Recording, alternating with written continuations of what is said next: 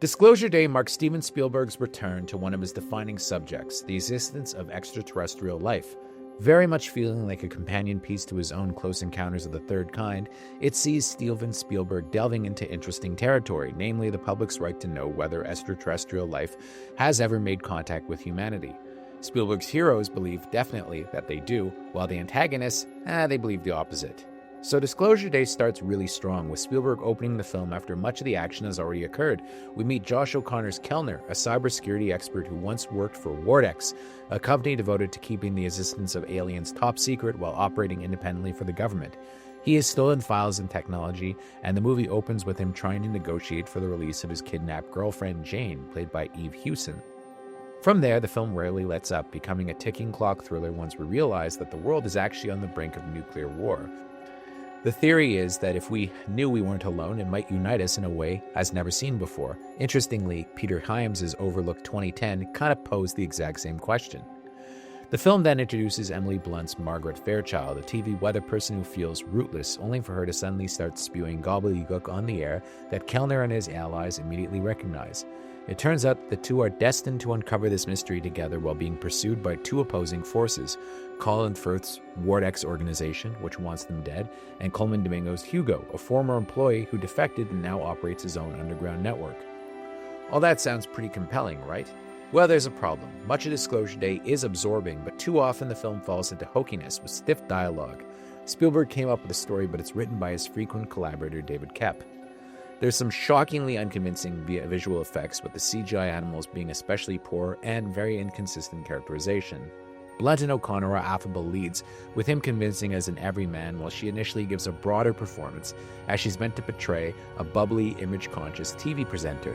Colin Firth's Scanlon is set up as the villain, but the problem is that his supposedly all-powerful company is hilariously easy to foil. There are endless shots of its agents pulling up in black cars, only to be easily evaded with some of the oldest tricks in the book. Some roles also could have been left on the cutting room floor, with Wyatt Russell poorly served as Blunt's dopey boyfriend. Meanwhile, Domingo, who has plenty of gravitas, is largely saddled with exposition, while Firth veers into hammy territory too often in a role that doesn't really suit him, as he lacks genuine menace. Spielberg also throws in several large-scale action sequences that come off as too grandiose and over-the-top, with the train and car chase straining credibility and lacking the old-school thrills found in films that opted for a more practical approach.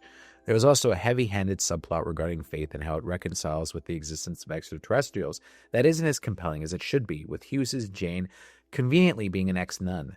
The movie raises interesting questions it never fully follows up on, such as the revelation of alien life and how it might completely destabilize the planet and what the fallout might be. To me, that's a more interesting idea than what the movie ultimately chooses to focus on. However, I have to give Spielberg a lot of credit in other areas. For one thing, we're constantly bombarded with soulless tentpole movies that lack any real heart, and this one has it in abundance. There are several moments, particularly in the final act, that remind you exactly whose movie you're watching, and John Williams' score is terrific. The finale is undeniably powerful, with Blunt really delivering the goods after much of the earlier portion of the film was anchored by O'Connor, who remains low-key and effective throughout. Is Disclosure Day perfect? No. There are some hokey Shia LaBeouf swinging on a jungle vine moments, and at over 140 minutes is undeniably overstuffed. Yet it still contains its fair share of compelling sequences, and Spielberg's sense of momentum remains second to none.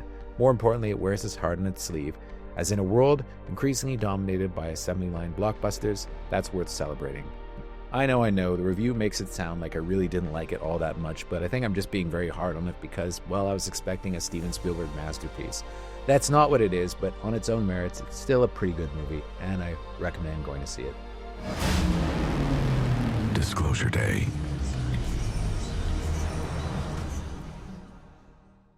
Thank you for clicking on our video, everybody. If you like what you saw here, make sure you like the video and subscribe and share with your friends who like this sort of content. We're an independent company, and we appreciate all of your support.